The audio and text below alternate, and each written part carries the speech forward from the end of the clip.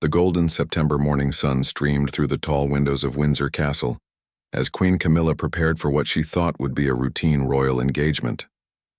She stood before her ornate dressing table, carefully adjusting the St. Edward's crown upon her head. The ancient coronation crown, heavy with centuries of history and adorned with precious gems, caught the light and sparkled magnificently. Today marked exactly 6 months since her coronation alongside King Charles III, and she wanted to commemorate the occasion by wearing the crown during her private tour of the castle grounds. As she gazed at her reflection, Camilla felt a surge of pride mixed with the weight of responsibility that came with her new role. The transformation from Duchess of Cornwall to Queen Consort had been remarkable, and she was still adjusting to the protocols and expectations that surrounded her every move. The crown, symbolizing the monarchy's enduring legacy, served as a constant reminder of the duties she had inherited. Her lady-in-waiting, Sarah, entered the room with a gentle knock. "Your Majesty, the castle tour is ready to begin. The head of security has arranged for minimal staff presence as you requested." Camilla nodded approvingly. She had specifically asked for a quiet morning walk through the castle's historic corridors and gardens, wanting to familiarize herself with every corner of what was now truly her home. The Queen made her way through the castle's grand hallways, her footsteps echoing softly against the marble floors. Portraits of previous monarchs gazed down from their gilded frames, each face telling a story of duty, sacrifice, and service to the realm. She paused momentarily before a painting of Queen Elizabeth II, feeling the profound responsibility of continuing the royal tradition. As she approached the main courtyard, Camilla noticed the morning shift change was taking place among the royal guards.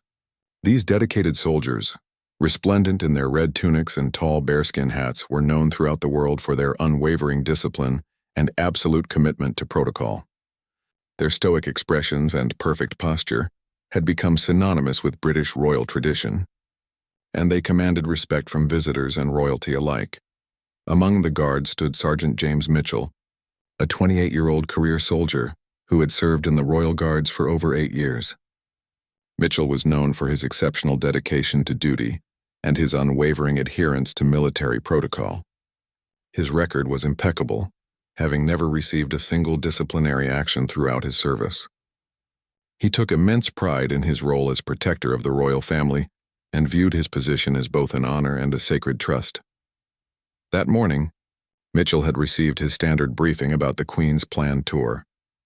He understood that minimal interaction was expected, and his role was simply to maintain his post and ensure security. However, what he hadn't anticipated was that this seemingly routine day would test every principle he held dear about military discipline and royal protocol. The morning air was crisp and clear as Queen Camilla stepped into the courtyard, the crown gleaming atop her head like a beacon of royal authority. The sight was magnificent. The newly crowned queen moving gracefully through her domain, embodying centuries of British royal tradition. Several staff members who caught glimpses of her instinctively bowed their heads in respect, acknowledging both her position and the symbolic power of the crown she wore. As she walked closer to where Sergeant Mitchell stood at attention, Camilla felt a moment of particular satisfaction. The crown felt right upon her head, and she carried herself with the confidence that came from knowing she had earned her place in the royal hierarchy. The months of preparation, the ceremonial training, and the gradual acceptance by the British public had all led to this moment of quiet triumph. The Queen's path would soon intersect with that of the steadfast guard, setting the stage for an encounter that would challenge traditions, test loyalties, and ultimately reveal the complex dynamics that exist within the carefully choreographed world of British royalty. Neither Camilla nor Sergeant Mitchell could have predicted that their brief interaction would spark discussions about respect, protocol, and the evolving nature of the monarchy in the modern era. Queen Camilla approached the section of the courtyard where Sergeant Mitchell stood guard, her silk dress rustling softly with each step. The morning sun cast long shadows across the ancient stones, and she could hear the distant sounds of London awakening beyond the castle walls. As she drew nearer to the guard, she noticed his perfect military bearing, shoulders squared, eyes forward, and his ornate uniform impeccably maintained. Mitchell had spotted the Queen's approach from his peripheral vision, as he had been trained to do. Years of military discipline had taught him to remain aware of his surroundings, while maintaining his ceremonial position. He recognized the distinctive silhouette of the St. Edward's crown and understood that he was in the presence of the Queen Consort. His training dictated that he should remain motionless unless directly addressed or unless a security threat presented itself. However, as Queen Camilla came closer, something unexpected happened. She slowed her pace and turned slightly toward him, a warm smile crossing her face. It was clear that she intended to acknowledge his presence, perhaps even engage in brief conversation. This was unusual. Royal encounters with guards typically involved minimal interaction, with the royals passing by while the guards maintained their stoic positions. Camilla paused directly in front of Sergeant Mitchell, her crown catching the morning light and creating tiny rainbows that danced across the courtyard stones. She tilted her head slightly, causing the precious gems embedded in the crown to sparkle even more brilliantly. "Good morning, Sergeant," she said in her refined voice, having noticed his rank insignia. "What a beautiful morning to be on duty." The greeting put Mitchell in an interesting position. Royal protocol required that he acknowledge the Queen when directly addressed, but his military training emphasized maintaining his guard position unless specifically ordered otherwise. He responded with a crisp, "Good morning, Your Majesty," while keeping his eyes fixed straight ahead and his posture rigid. Encouraged by his polite response, Queen Camilla decided to make the interaction more personal. She gestured gracefully toward her crown, the movement causing the ancient jewels to catch the light magnificently. "I thought you might appreciate seeing the St. Edward's crown up close," she said, with obvious pride in her voice. "It's quite remarkable, isn't it? Nearly 4 pounds of gold and precious stones, and it's been used to crown monarchs for centuries." The Queen's enthusiasm was genuine and infectious. She had grown to appreciate the historical significance of the crown and wanted to share that appreciation with someone who, like her, served the monarchy with dedication. In her mind, this was a moment of connection between two people who understood the weight of royal service, albeit from very different perspectives.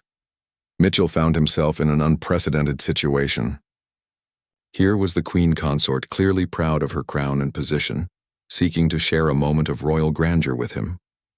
The crown itself was indeed magnificent. He had seen it during ceremonies from a distance, but never this close. The craftsmanship was extraordinary, with each gem precisely placed and the goldwork showing the skill of master artisans from centuries past. "It is indeed magnificent, Your Majesty," Mitchell replied, his voice steady and respectful. He could appreciate the historical significance of what he was witnessing. The crown represented more than just royal authority.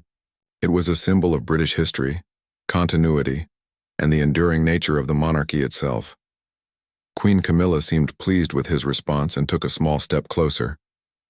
The crown's presence seemed to fill the space between them, its symbolic power almost tangible in the morning air. "I often think about all the queens who have worn this crown before me," she continued, her voice taking on a more reflective tone. "Each one carrying the hopes and responsibilities of the nation."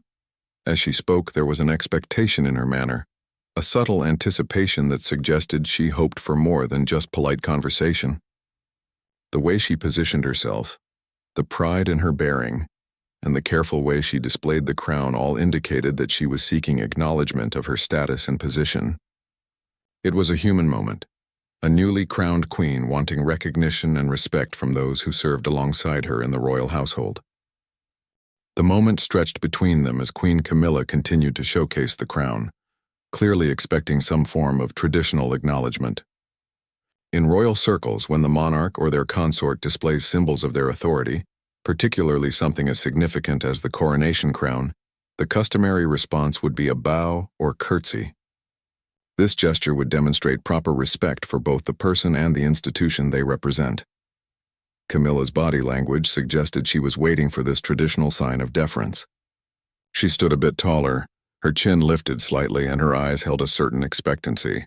The crown seemed to demand recognition not just as a beautiful artifact, but as a symbol of the authority and respect due to the woman who wore it.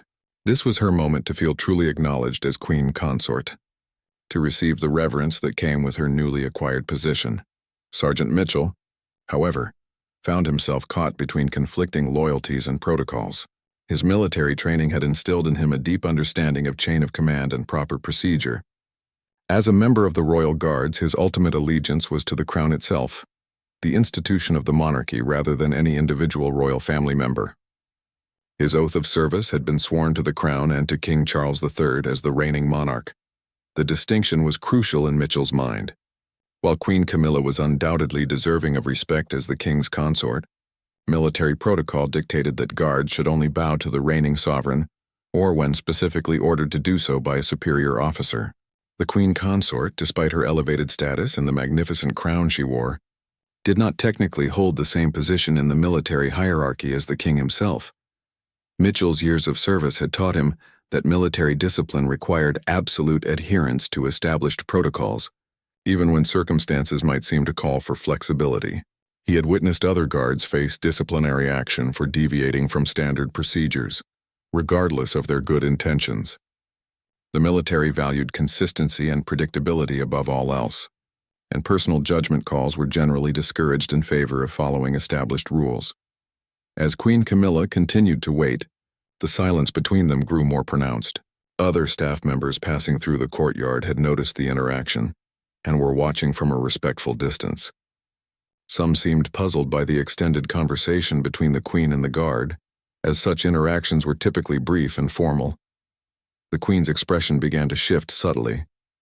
What had started as proud enthusiasm was gradually being replaced by a look of mild confusion and perhaps a hint of disappointment.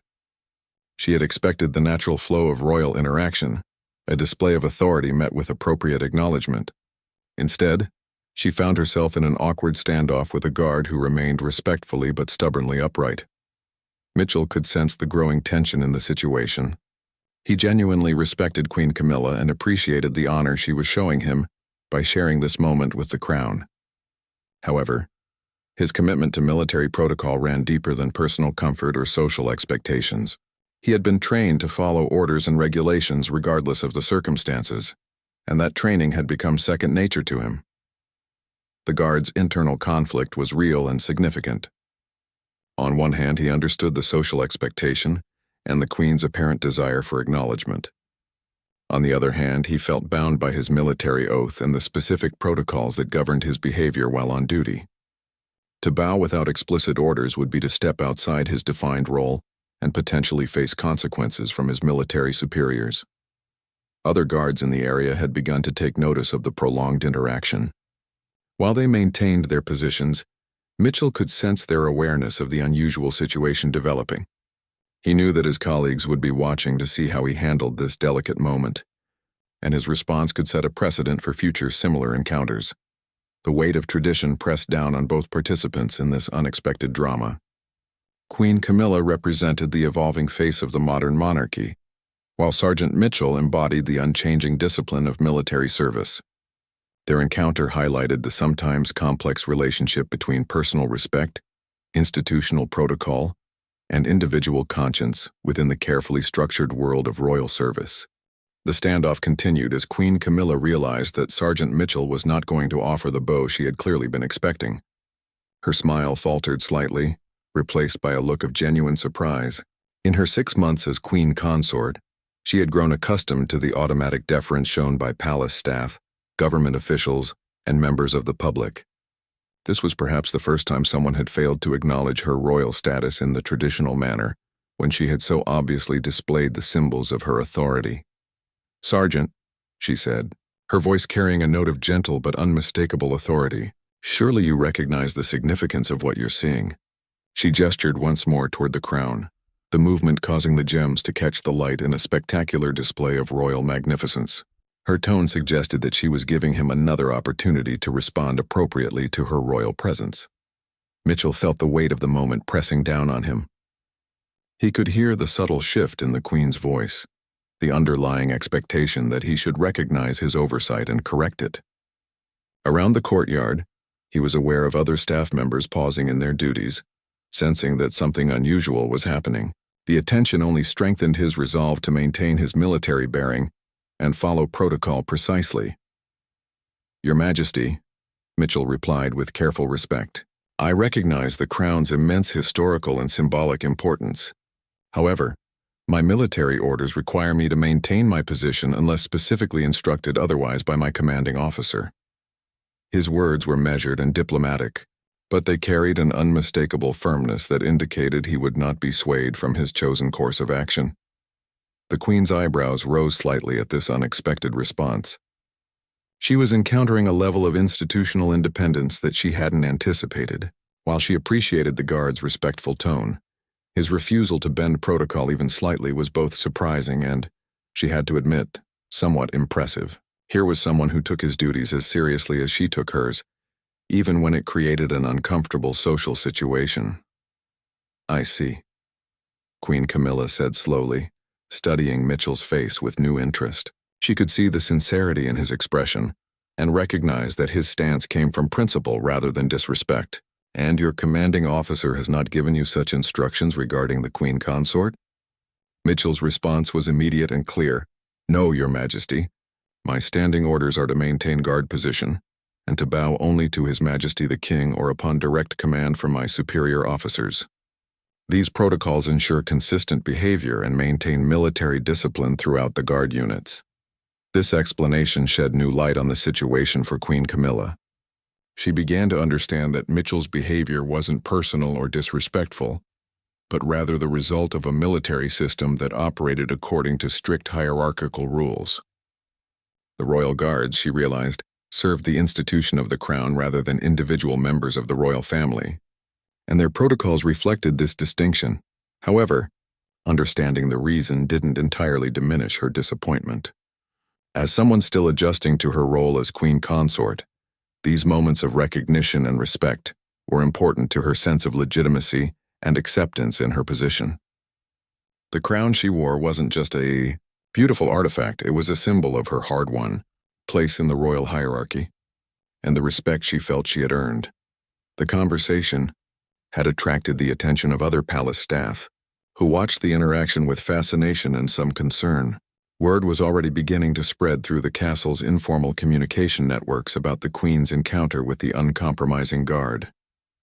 Some staff members whispered among themselves, debating whether Mitchell was right to maintain his rigid adherence to protocol, or whether he should show more flexibility when dealing with the Queen consort.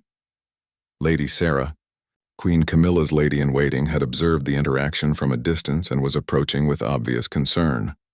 She could sense the tension in the situation and recognized that it needed careful handling to prevent any escalation or embarrassment for either party involved.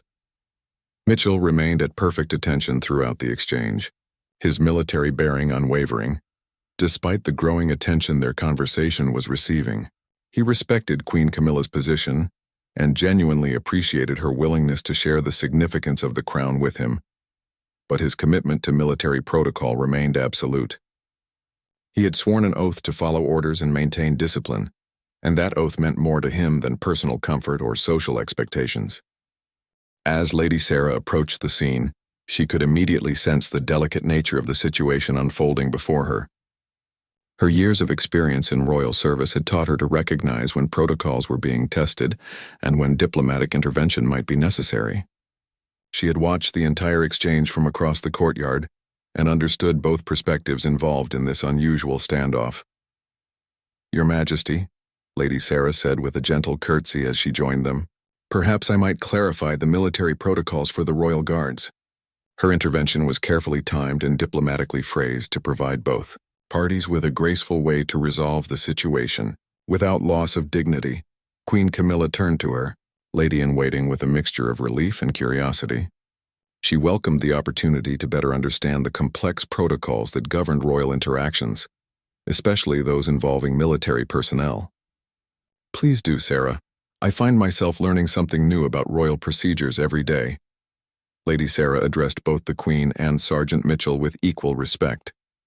The royal guards operate under specific military protocols that have been established for centuries. Their primary allegiance is to the crown as an institution, and they follow strict hierarchical commands. While they show proper respect to all members of the royal family, their ceremonial responses are reserved for specific circumstances and individuals as outlined in their military orders. This explanation helped Queen Camilla understand that Mitchell's behavior wasn't a personal slight against her or a rejection of her authority, but rather the result of a carefully structured system designed to maintain military discipline and consistency. The royal guard served as protectors and ceremonial figures, and their protocols ensured that they could perform these duties effectively, regardless of personal feelings or social pressures. Mitchell felt a sense of gratitude toward Lady Sarah for her clear explanation.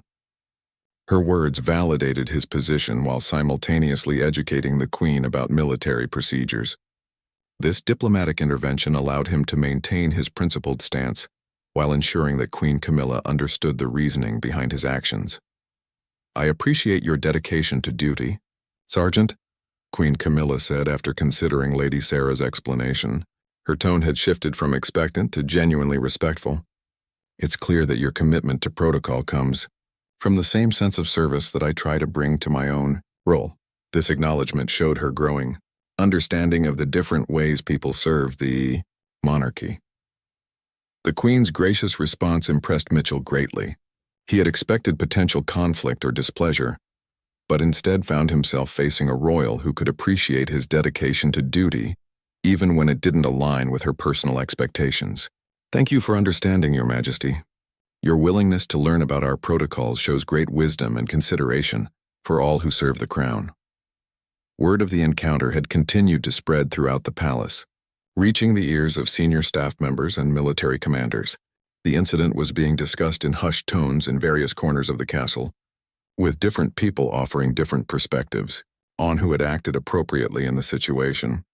Some senior courtiers felt that Sergeant Mitchell should have shown more flexibility and recognition of Queen Camilla's status, arguing that the spirit of respect was more important than rigid adherence to written protocols. They believed that the modern monarchy required adaptability, and that military personnel should be able to read social situations and respond accordingly. However, military leaders largely supported Mitchell's position, viewing his behavior as exemplary adherence to established procedures. They argued that military discipline required consistency, and that allowing guards to make individual judgment calls about when to deviate from protocol could lead to confusion and potentially compromise security procedures. The debate highlighted broader questions about the balance between tradition and adaptation within royal institutions. As the monarchy evolved to meet modern expectations, questions arose about which protocols should remain unchanged and which might benefit from revision or clarification. King Charles III, when informed of the incident later that day, found himself both amused and impressed by the dedication shown by both his wife and the guard. He appreciated Camilla's desire to connect with palace staff and share her pride in her new role, while simultaneously respecting Mitchell's unwavering commitment to military protocol. The king saw the encounter as a positive example of how different forms of service to the crown could coexist, even when they occasionally created interesting social dynamics.